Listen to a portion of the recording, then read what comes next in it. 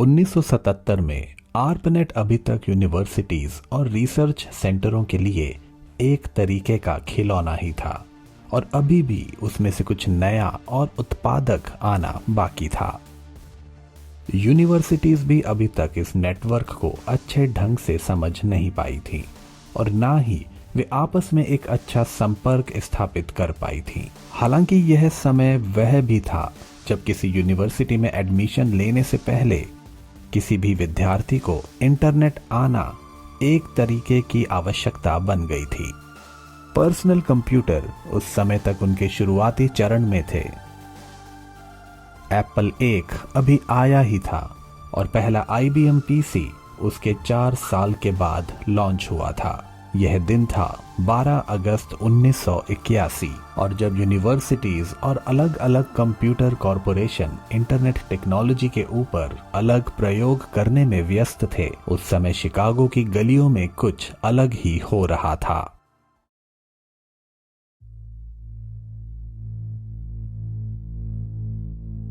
उस समय ward Christensen ने सोशल मीडिया की एक तरह से नींव रख दी थी जो बुलेटिन बोर्ड्स के नाम से शुरू हो चुकी थी। क्रिस्टेंसन ने एक प्रोग्राम लिखा जिसका नाम था मॉडेम, जो कोई भी बिना किसी शुल्क के अपने कंप्यूटर में इंस्टॉल करके इस्तेमाल कर सकता था। इस प्रोग्राम की मदद से 2 कंप्यूटर आपस में जानकारियों का आदान प्रदान कर सकते थे और आपस में जुड़ने के लिए 2 कंप्यूटरों को सिर्फ टेलीफोन लाइन की जरूरत पड़ती थी। इसकी वजह से संपर्क स्थापित होता था और जिसे एकॉस्टिक कपलिंग कहा जाता था, जिससे टेलीफोन लाइंस में इलेक्ट्रॉनिक सिग्नल को मॉड्यूलेट किया जाता था और तब वह सिग्नल एकॉस्टिक सिग्नल में बदल जाता था। और जब टेलीफोन लाइन से इस सिग्नल को कंप्यूटर के अंदर लाना होता था तो इस प्रक्रिया को उल्टा चलाया जाता था और तब वह सिग्नल बिट्स में बदल जाता था और इसीलिए इस तकनीक का नाम रखा गया मॉडेम। और इस तकनीक की वजह से आज इस प्रक्रिया को भी पहचाना जाता है। क्रिस्टेंसन IBM इंजीनियर हुआ करते थे जिनका एक सपना था कि कभी तो उनका खुद का कंप्यूटर होगा।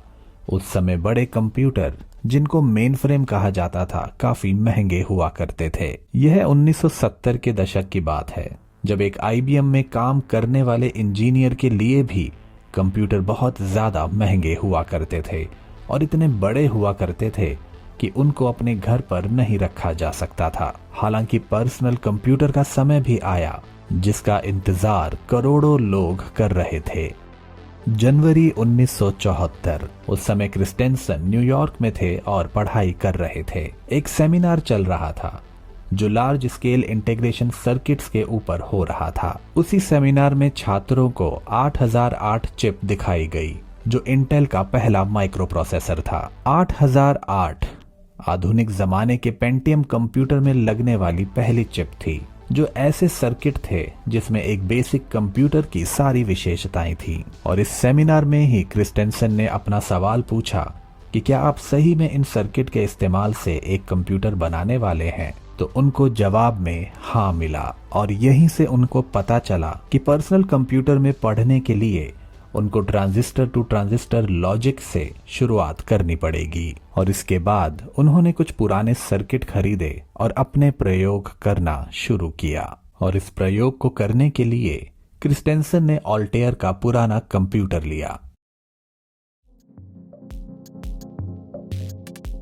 ऑल्टेयर के कंप्यूटर के साथ एक्सपेरिमेंट करते वक्त क्रिस्टेंसन ने कैश नाम की एक संस्था के साथ काम करना शुरू किया जो शिकागो एरिया कंप्यूटर एक्सचेंज नाम का एक ग्रुप था और शिकागो में ही स्थित था। और यहीं पर क्रिस्टेंसन रैंडी सुस से मिले थे जिन्होंने क्रिस्टेंसन को बुलेटिन बोर्ड सिस्टम बनाने में मदद की थी।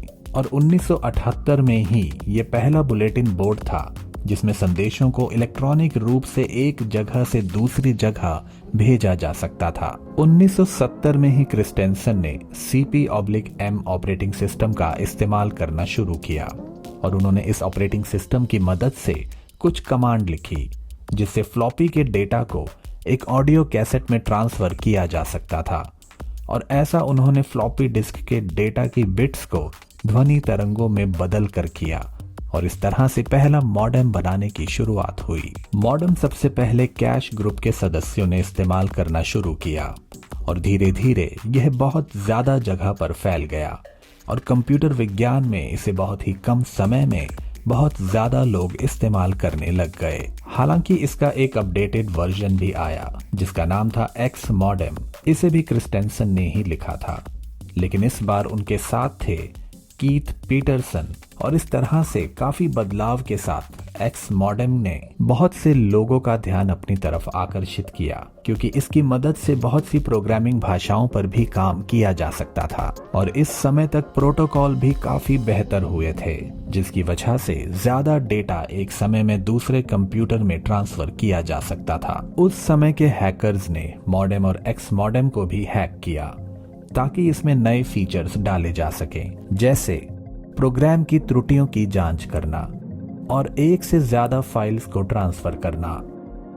चक फोर्सबर्ग ने एक नया जेड मॉडेम प्रोटोकॉल बनाया जो उन्होंने सी लैंग्वेज में बनाया था और यूनिक्स सिस्टम के ऊपर इसे इंस्टॉल किया था और यही एक तरीके से पहला कदम था कंप्यूटर नेटवर्क बनाने की दिशा में, जहां पर दो कंप्यूटर एक दूसरे के साथ संपर्क स्थापित कर सकते थे। सबसे पहले डिजिटल कनेक्शन का इस्तेमाल किया जाता था ताकि किसी भी जानकारी को साझा किया जा सके और उसके बाद फ्लॉपी डिस्क चलन में आई। फ्लॉपी डिस्क्स के साथ साथ लोग मैग्नेटिक टेप्स का भी इस्तेमाल करते थे, जिसमें जानकारी को सेव करके एक जगह से दूसरी जगह पहुंचाया जाता था और यहीं से कम्युनिकेशंस प्रोग्राम के ऊपर काम करना शुरू हुआ, जहां पर डिस्ट्रीब्यूटेड सिस्टम्स बनाए गए जिसकी मदद से संदेशों का आदान प्रदान नेटवर्क के ऊपर ही हो जाता था और यहीं से बुलेटिन बोर्ड जैसे प्रोग्राम लिखे गए, जिसकी मदद से पहली वर्चुअल कम्युनिटी भी अस्तित्व में आई। लेकिन इन सभी नेटवर्क्स का आधार बुलेटिन बोर्ड ही था। 1978 में वॉर्ड क्रिस्टेंसन और रैंडी सुस ने जो अपना पहला बुलेटिन बोर्ड सिस्टम बनाया था, उसे नाम दिया गया बीबीएस। बीबीएस को इन्होंने परिभाषित किया कि एक कंप्यूटर जो संदेशों को आदान प्रदान करने के लिए बनाया गया है, जिसको मॉडेम के साथ जोड़ा गया है और उसमें इस तरह से ईमेल और कंप्यूटर संबंधी संदेशों का आदान प्रदान किया जा सकता है। और सिर्फ संदेश ही नहीं, वहां पर अलग अलग टॉपिक्स बनाकर, ग्रुप बनाकर, विषय बनाकर भी संदेशों को भेजा जा सकता था। इस प्रक्रिया को कुछ इस तरह से समझ सकते हैं, जहां पर एक नोटिस बोर्ड लगा हुआ है और नोटिस बोर्ड के ऊपर हर रोज संदेश चिपका दिए जाते हैं और इन संदेशों को नोटिस बोर्ड पर कोई भी पढ़ सकता था और बुलेटिन बोर्ड भी कुछ इसी तरह से काम करते थे। यहाँ पर भी एक कंप्यूटर नेटवर्क होता था जिससे बहुत से बुलेटिन बोर्ड जुड़े हुए होते थे और उन बुलेटिन बोर्ड से कनेक्ट करने के लिए उपयोगकर्ता को एक टेलीफोन लाइन और मॉडेम की जरूरत पड़ती थी और इंटरनेट की मदद से मॉडेम को कनेक्ट किया जाता था। यहाँ पर ध्यान देने वाली बात यह है कि इसी टेलीफोन लाइन के ऊपर ही वह इंटरनेट भी चलता था और इस तरह से जैसे ही कोई बुलेटिन बोर्ड से कनेक्ट होता था, उसे बुलेटिन बोर्ड के संदेश मिलना आरंभ हो जाते थे। हालांकि यहाँ पर भी प्राइवेट और पब्लिक मैसेज का कॉन्सेप्ट था, जिसमें कि पब्लिक संदेशों को हर कोई देख सकता था, लेकिन प्राइवेट संदेशों को वही देख सकता था जिसने उस ग्रुप में सदस्यता ली हुई होती थी और इस तरह से जानकारियां हर नेटवर्क के नोड के ऊपर फैल जाती थी और यह ऐसे हो जाता था कि हमेशा इन नेटवर्क नोड के ऊपर एक शहर से दूसरे शहर के लिए संदेश आ और जा रहे होते थे। लेकिन इस सेवा को इस्तेमाल करने के लिए इंटरनेट की जरूरत पड़ती थी और इंटरनेट को चलाने के लिए टेलीफोन लाइन की जरूरत पड़ती थी और टेलीफोन लाइन और इंटरनेट मुफ्त नहीं थे। दिन भर में जितने भी संदेश किसी बुलेटिन बोर्ड के ऊपर आते थे, उनको एक जगह पर सेव करके रख लिया जाता था और जैसे ही उपयोगकर्ता इंटरनेट का उपयोग करते थे, उसी समय इंटरनेट से कनेक्ट होते ही उनके बुलेटिन बोर्ड के प्रोग्राम में सारे संदेश एक साथ उनकी कंप्यूटर की स्क्रीन पर दिखाई देने लग जाते थे। हॉवर्ड रियनगोल्ड नाम के एक शोधकर्ता ने एक किताब वर्चुअल कम्युनिटी के ऊपर लिखी, जिसका नाम था वर्चुअल कम्युनिटी जो 1994 में पब्लिश हुई थी। उनकी किताब के अनुसार कम से कम कीमत में बुलेटिन बोर्ड ने एक आम आदमी को पूरी दुनिया में पहुंचा दिया। फिर चाहे वह कोई लेखक हो, कोई रिपोर्टर हो, कोई वकील हो, कोई विद्यार्थी हो या कोई शिक्षक हो, वह पूरे विश्व में अपने संदेशों का आदान प्रदान कर सकता है। जिस तरह से घास जमीन से उठती है और उठने के बाद पूरी तरह से फैल जाती है और उसे हटाना मुश्किल हो जाता है, वैसे ही बीबीएस हो गए हैं और अब इनका इस्तेमाल बंद नहीं किया जा सकता। 1977 में अटलांटा में डेनिस हेज ने घर पर ही मॉडेम बनाने का काम शुरू किया। उन्होंने यह छोटे पर्सनल कंप्यूटर्स के लिए बनाने शुरू किए। इन मॉडेम को चलाने के लिए इन्होंने अपने कुछ निर्देश बनाए, जिसके बलबूते इनके मॉडेम काम करते थे, जिनको कहा गया हेज कमांड्स। ये एक समय में 5 से लेकर 6 मॉडेम का निर्माण करते थे। हेज के अनुसार इनके मॉडेम को इलेक्ट्रॉनिक बुलेटिन बोर्ड बनाने में इस्तेमाल किया जा सकता है और साथ ही संदेशों को पढ़ने में भी इस्तेमाल किया जा सकता है। वॉर्ड क्रिस्टेंसन और रैंडी सुस ने भी हेज के साथ संपर्क स्थापित किया और उसके बाद 15 साल के अंतराल में ही हजारों बुलेटिन बोर्ड बन चुके थे। पहले बीबीएस को CBBS कहा जाता था, जिसमें से C को बाद में हटा दिया गया था। डेनिस हेज ने भी अपना एक बुलेटिन बोर्ड सिस्टम बनाया, जो उन्होंने अपनी कंपनी के लिए बनाया था और कुछ सालों तक उन्होंने उसमें यूनाइटेड स्टेट्स का सेंसस डेटा दिखाया। इसके बारे में सबसे पहला तकनीकी लेख बाइट मैगजीन में पब्लिश हुआ, जिसमें आर्टिकल का शीर्षक था हॉबिस्ट कंप्यूटराइज्ड बुलेटिन बोर्ड्स, जिसे लिखा था क्रिस्टेंसन ने और सुस ने। CBBS की जब शुरुआत हुई, उसके बाद CBBS भी काफी सालों तक चला। बाद में रैंडी ने मुफ्त इंटरनेट सेवाओं की शुरुआत की, जिसे कहा गया WLCRJS। यह वह समय था जब इंटरनेट कनेक्शन होना ही एक बहुत बड़ी बात हुआ करती थी और इंटरनेट कनेक्शन केवल यूनिवर्सिटीज और रिसर्च सेंटर के पास हुआ करता था। उस समय शिकागो नेटवर्क ने अपने सारे उपयोगकर्ताओं को ईमेल और न्यूज़ ग्रुप का मुफ्त एक्सेस दिया और इस तरह से बीबीएस का विकास होना शुरू हुआ। और यह सिर्फ प्रोग्राम के आदान प्रदान तक ही सीमित नहीं रहा, बल्कि लोगों ने इसमें अपने संदेशों को भी एक दूसरे को भेजना शुरू किया। हर बीबीएस के साथ बहुत सी वर्चुअल कम्युनिटी बनने लग गई थी। हालांकि यह कम्युनिटी इस तरह थी जैसे समुद्र के बीच में छोटे टापू, और एक समय ऐसा भी आया जब उपयोगकर्ताओं को इसकी छूट मिल गई थी कि वह बगैर किसी नियंत्रण के संदेशों का आदान प्रदान कर सकते थे। इसमें प्रोग्राम हो सकते थे, संदेश हो सकते थे और डिजिटल फाइल भी हो सकती थी। यह सब 1984 से पहले संभव नहीं था और उसी साल टॉम जेनिंग्स ने एक नया फीडोनेट नेटवर्क बनाया, जो फीडो बुलेटिन बोर्ड सिस्टम के साथ था। यह बीबीएस पूरे बाल्टीमोर में दूसरे नंबर पर था और सबसे ज्यादा फैला हुआ भी था। इस बीबीएस नेटवर्क ने अपने काम करने की शुरुआत दिसंबर 1983 में की। इसके नामकरण की भी काफी दिलचस्प कहानी है। जब एक रात को जेनिंग्स और उसके दोस्त शराब पी रहे थे और उस समय किसी ने एक विजिटिंग कार्ड के ऊपर फीडो लिखा और कंप्यूटर पर चिपका दिया और यहीं से एक सबसे बड़े नेटवर्क को नाम मिला, जिसका नाम था फीडोनेट। फीडो के पहले वर्जन में जेनिंग्स ने एक वर्चुअल एरिया बनाया जिसमें कोई भी कैसा भी संदेश भेज सकता था।